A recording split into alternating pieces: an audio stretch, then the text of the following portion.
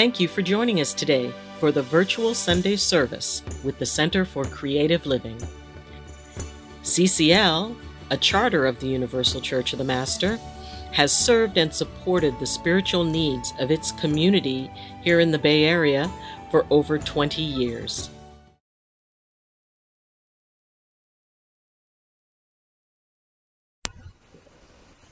Good morning and welcome to the Center for Creative Living. We're so glad to have you here. This is Gay Pride Sunday. It's been 50 years since we had the protest at Stonewall that brought about the rights for people, the gay, lesbian, trans, questioning, queer, to find out how they could fit in to our society. And we are so lucky today. We're going to have the president of the Billy DeFrank Center, one of the largest gay, lesbian support systems in all of the United States. Her name is Gabrielle Antolovich, and she's going to be speaking to you about what we can do to help support this group. The other thing we're going to be having is our wonderful Janet Childs, that's Reverend Dr. Janet Childs, is going to be doing a meditation accompanied by a slide presentation that has to do with what we're talking about today. And that slide presentation is done by Corey Gott. And Corey is a vice president of the Universal Church of the Master. And so we're delighted to have her helping us today. It takes a village. Our engineer and the one who's putting this together is the Reverend Dr. Eileen Augustine, and my photographer and the one that's just standing right here supporting me is the Reverend Corky Whitaker. Look at all those people and all those delightful women that are helping us put together our program for today. We are so delighted to have you here, and we're so delighted to have you here on this special day. So as we move into our program, I want you to listen with your heart and watch with your eyes. These talented women, as they're here, is telling you, we are representing the community of people of different ideas, because that's what our church, the Center for Creative Living, stands for. As you've been following us, you'll notice we've had people speak about Islam, we've had people speak about Christianity, we've had people talk about Judaism, and we've had people talk about myriad things. And we keep doing that. And if you have a topic you would like to talk about at CCL, please give me a call at area code 408-392-9090 and say, Dottie, I'd like to do a presentation. One of the people we know that's coming up is Scout Bartlett. Many of you know our delightful Scout. He's going to be speaking later next month. So during this time, when you're sheltering at home, when you're worried about what's going on in the world, please take time to watch us every Sunday in our virtual church. We're so glad to have you here. And now, if we're going to do a prayer in just a moment, because I want to talk about the stole I'm wearing. This stole was made specifically for me for my ordination by Chad. My friend Chad is a most delightful man, and Chad started life out as a woman and then decided to do his transition in his 60s. One of those wonderful represents of the T that we have in LGBTQ in questioning. So I'd like you all now to take a moment and take a nice deep breath and close your eyes. Dear Creator, thank you so very much for bringing us together this morning. We know when the world feels like it's in perfect turmoil, that you're there for us. You represent the solidness of our belief system. As spiritual beings, we know that you're always there. And for some of us, we see a male God. For others, a female goddess. And for some, it's a tree that represents their strength and their spirituality. For many of you, it's a river or lake. Spirit runs in everything. And as I'm sitting here today, and as you're watching this video, I want you to know that Spirit is within you also. You are a walking, talking embodiment of Spirit. And Spirit also represents love. So when you embody love, you spread the message. And the message is that no matter what our color, no matter our race, or our culture, or our gender, or no matter how we are physically able to move through the world, every person is a representative of God's children here on the planet. And I'm so glad that you're one of God's children that's watching this morning. Thank you so very much for joining me in prayer. And now, let's move on into our program. Welcome, Center for Creative Living, San Jose, California.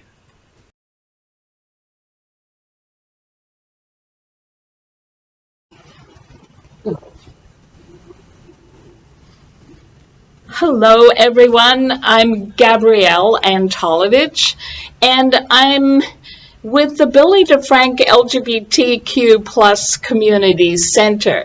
And, you know, this is Pride Month, the nationally declared Pride Month, even though in Silicon Valley we celebrate Pride at the end of August.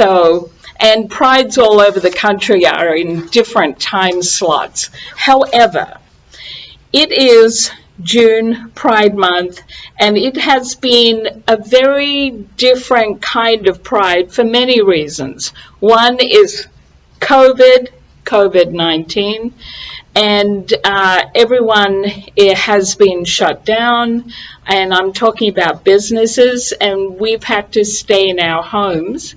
And so it's very difficult to imagine, how do we celebrate Pride if we can't be out there?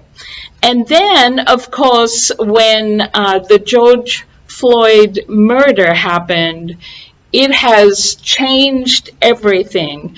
And the Billy DeFrank LGBTQ plus Community Center, you know, we immediately realized that we're going to have to delay Pride for a while because we wanted to give space to the Black Lives Matter movement and join in with them. Because let's face it, the Stonewall Inn, which was this bar in New York, and the police were constantly harassing the LGBTQs there, and also everywhere. And what happened is, in 1969, suddenly the LGBTQs decided they didn't want to take it anymore. There were certain circumstances around the situation. A lot of political discussions had been happening. Other justice movements had been flaring up. You know, the Black movement was also very active at the time or before then. And there were different revolutions happening, including women's liberation. So it's not as if the Stonewall happened in a vacuum.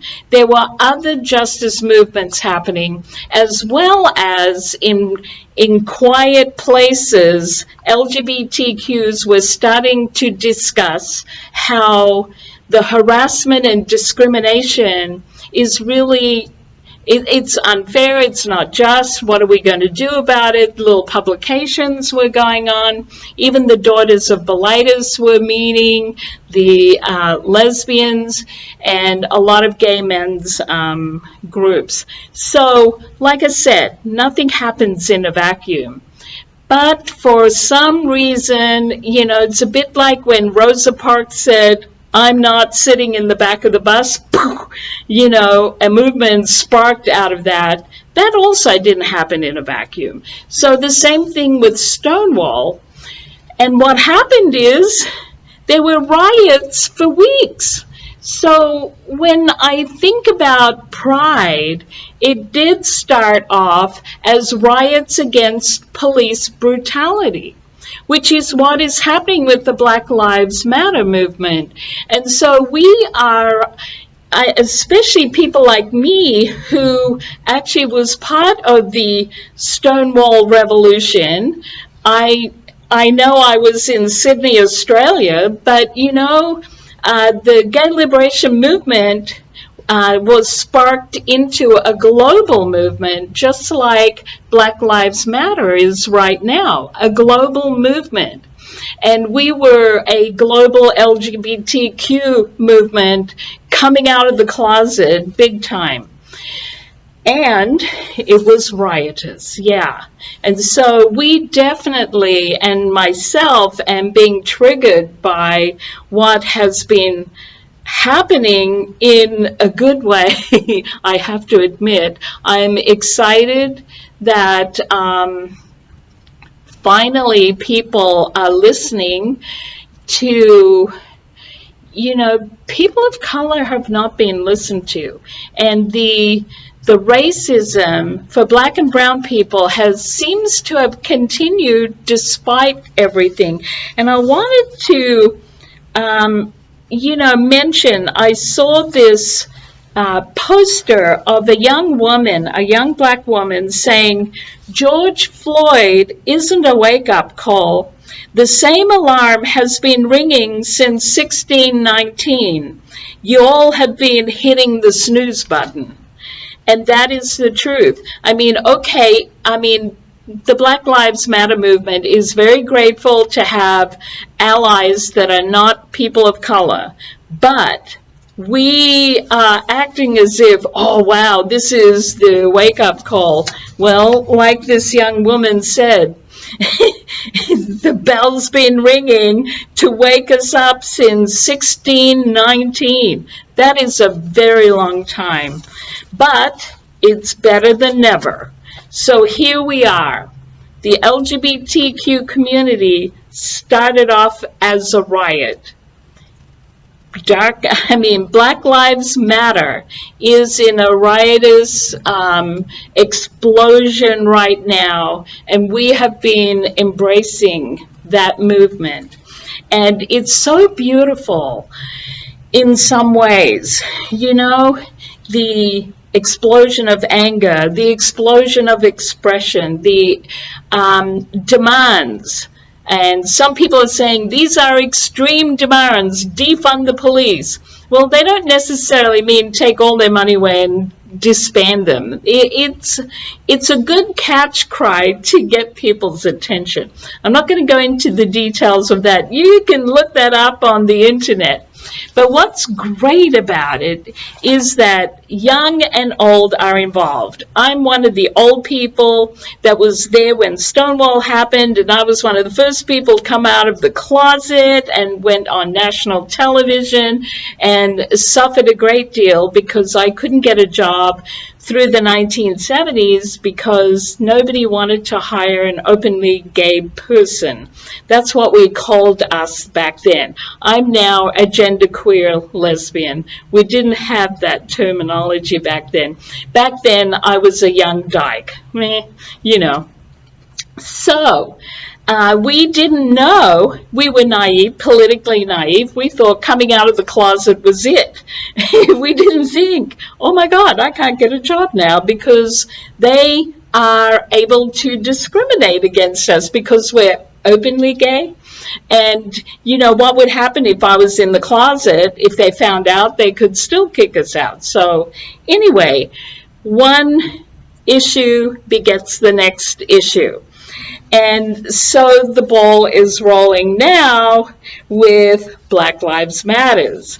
And what is happening is this wonderful joining together. For example, the people in the LGBTQ community that are the most marginalized right now are the Black and brown people, especially the Black trans women who are murdered the most and suicide the most. And so what we had just last, not so long ago, we had a Black Trans Lives Matters rally outside the Billy DeFrank LGBTQ Community Center. And what was exciting about that, there were a number of things. About 1,000 people showed up, and they took up all of the space all around. It had to be outside because we're closed. But it was really amazing how we had all these speakers. Silicon Valley Pride actually organized the event, and the Billy DeFrank Center helped get the word out. And we didn't start getting the word out from, it was only from Friday to the following Wednesday, and 1,000 people showed up. Isn't that amazing? Oh my God. So here's what's extraordinary. So Roy, who is this wonderful gay guy who he's runs the bike party, he showed up with these amazing speakers on his bike, so we could Bluetooth to his speakers, and he was right in the middle of the crowd. So all 1,000 people could hear the speakers. That's number one. Technology works. It's great. But what was even better was the speakers went from 6 p.m. to 8:30 p.m. No rally has ever had that many speakers that went for 2.5 hours, and the crowd did not dissipate. Everyone stayed.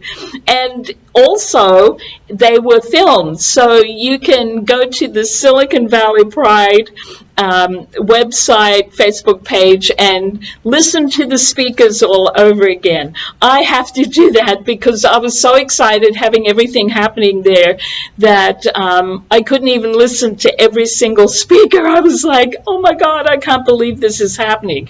And I understand that, we've all been alone at home with our loved ones, or literally alone. So it's exciting to see real people of the same ilk, the same politics, the same outrage, the same, wonderfulness and fabulousness. So it was an extraordinary experience. And one of the things that, I really, really wanted to express to everyone is that they are welcome here. No matter what past experiences you've had, you are welcome here now. And one of the things that the LGBTQ community has done, and you'll see it behind me, is we have added the black and brown stripe to the rainbow flag. And that now is very much new, and it's here to stay. Because the truth of the matter is, they have been the least accepted, not so much, the least accepted within the community and the least accepted in the society at large. So we are all making an effort to be more inclusive. And so that's a very positive and exciting thing, while at the same time, we have to really think about what have we done in the past that has perpetuated racism, and what can we do differently? So one of the things that the Billy DeFrank Center specifically has thought about is that our namesake, Billy DeFrank, he's not French. He was a drag queen, and he was an African-American drag queen, yeah. And we have taken on his name. He was very well known in the 1970s, And when the Billy DeFrank started in 1981, he had already died a year before that. So he's our namesake. And people talk about Billy DeFrank as him, and then we talk about Billy DeFrank, the community center. So here's my message that is more about, instead of saying we have taken on his name, when I talk to people about who Billy DeFrank was, he was loving, he loved everybody, he didn't care what your color was, he didn't care what sexual orientation you were, he didn't care if you were male, female, or non-binary, although back then we didn't have the terminology non-binary, but there were a lot of us who didn't fit in to any kind of category, and he loved everybody. And he used his drag performances as a way of doing fundraising for LGBT groups that needed money to continue. So instead of taking on his namesake, we have decided to embrace his spirit, to bring him into the center, and to remember that as a center, we want to embrace Billy DeFrank's spirit of unity, fighting for justice, caring about everyone. He even cared about heterosexual people, our allies. He cared about everyone. And he really is the embodiment of what we all want to be and need to be as a community center. So that's one of the things, one of the changes that the Billy DeFrank Center wants to make, so that we can embrace our Black and brown and transgender people better, be more like what Billy DeFrank was like, be him, and have that spirit throughout the rooms in the Billy DeFrank Center. And I think that can really shift the energy so that when you walk in, you can feel it. You can feel, I belong here. It doesn't matter who else is here, but I belong here. And that's how Billy DeFrank always made people feel when they met him, when they came to his drag show. He always made you feel welcome. And that is an important shift for us. So that's one of the things that we are doing, and you have to think about how you can be more welcoming of the people who are more on the fringes. So that is a challenge that we are facing and everybody else is. So what is interesting is that there is some weird good news, and that is the Supreme Court actually ruled that it is illegal now to discriminate against LGBTQs in the workplace. And that is fabulous news and something to be really happy about, because, you know, I personally really suffered through that in the 1970s. And what's interesting about that is that when you don't get to work when you're in your 20s, you know, I was a young pup, I didn't learn a lot of skills in the workplace. So I became a late bloomer about those things. And so even now, I feel as if I'm 10 years younger than other people of my age when it comes to dealing with the workplace. So it does impact you a great deal when you can't work because of who you are. So this is great news. However, and I am going to consult notes here because I want to get it right. There's still critical gaps in our federal non-discrimination laws. It is still legal for federally funded entities, including hospitals, colleges, and adoption agencies, to discriminate against LGBTQ pluses.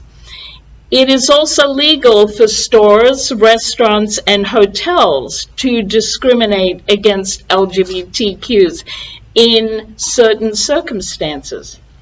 And on top of that, laws and policies are so scattered that the federal, state, and local legislators, that in one circumstance you can, and in another circumstance you can't be discriminated against. And that is, not healthy for companies who are in several states. A lot of companies are all over the country. So in one state, they can discriminate against you, and in another state, they can't. And can you imagine the HR people going bonkers around that? So there's still a lot of work to be done around this. And, sometimes I wonder, why do we have such scattered legislation around discrimination? I think it's one of the ways to, make sure that they can still get you, it is difficult. We are very blessed to be in California. We are even more blessed to be in Santa Clara County because our legislators are very protective of minorities, including LGBTQ pluses. And,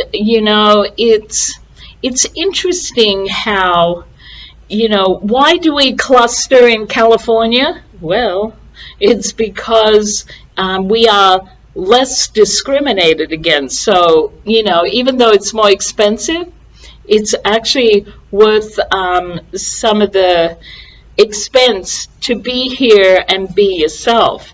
And so, I really understand so many organizations actually are attorneys that sue the government, sue different organizations because of discriminatory practices. And so we have to support these organizations that do the suing. And, it's so sad that Amy, whose case came to the Supreme Court, that she died before seeing that we won, woohoo, with big butts. And so anyway, it's an interesting time, a time to celebrate some things and a time to reflect about what's going on, to see how any of us can be part of this. What part can I play in supporting the Black Lives Matter movement? What part can I play in being more inclusive of everyone in our community? I'm really blessed that I'm with the Billy DeFrank LGBTQ plus Community Center because it contains the work, because these issues are huge. They really are. And where do you start? And I'm really lucky. Mine is contained at the community center, and we are discussing as a board of directors. We are volunteer run. We don't have employees. So as a board of directors, we're constantly talking about how can we expand our ability to make people welcome. And that really is the message that we had when Stonewall happened. Welcome your LGBTQs into your life, and we are saying welcome your Black and brown people, your African American and Latinx people into your life, and let them know that they matter. You know, don't assume that they know because you're their friend or coworker or what, or they come to your church or anywhere. They need to know. They need to know who you are. Do you care? We do.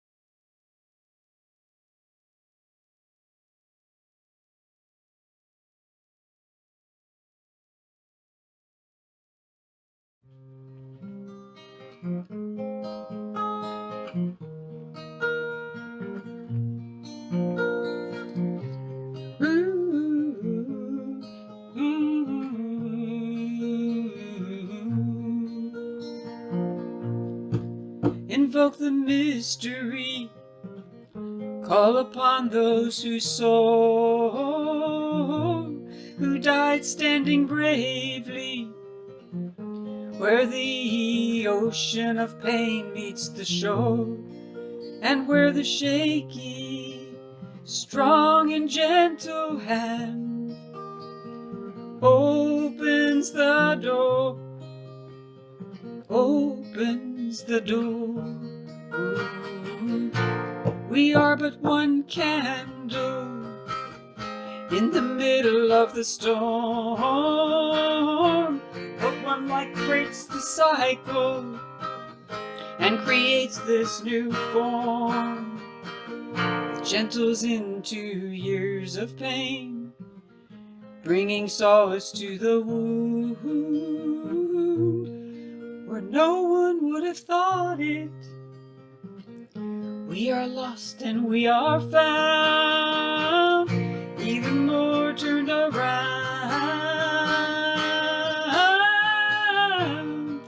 turned around. By your courage, by your grace, we have met and we have faced every heartache, every fear, every moment brings us here, brings us here. And my friends, we are faced with very difficult times. It is okay to be sad, angry, frustrated, fearful. And it is okay to be strong, loving, and responsive. We can hold it all.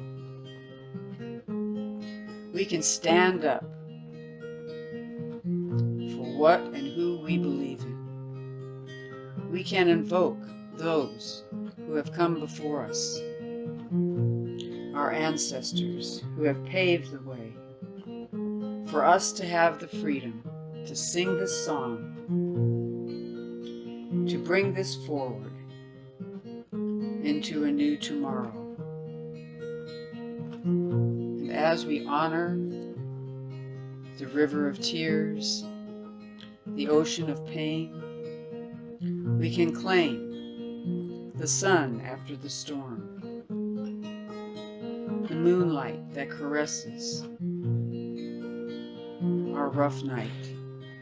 We can claim any of these, and we can know that every little act of light we bring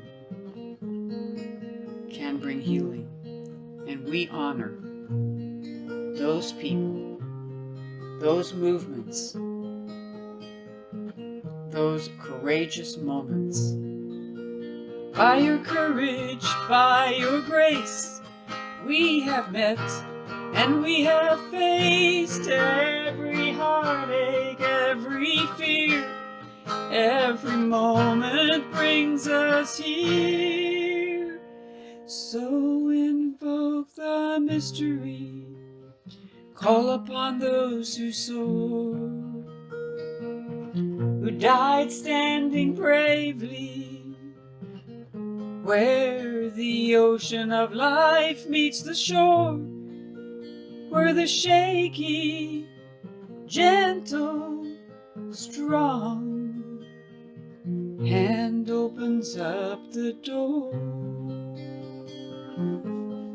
You are loved. You are here. You make a difference. Let us all stand together. I stand beside you. You stand beside me.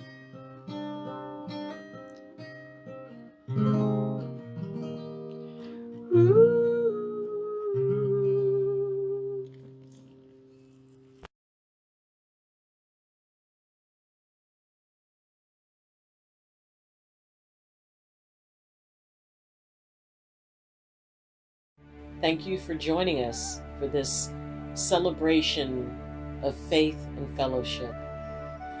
We'll be back next Sunday. And for those of you, if you have any questions, comments, or concerns, you can leave them in the comments section. If you appreciate this video and the work that the Center for Creative Living is doing, please press like on the video. You can share the video, and also please subscribe, because that will help this community and the church grow.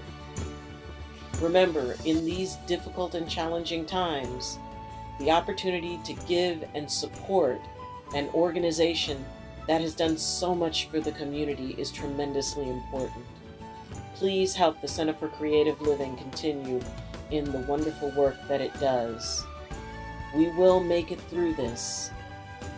We will be stronger for it. Our faith will carry us. Be blessed, be safe, and have a wonderful week.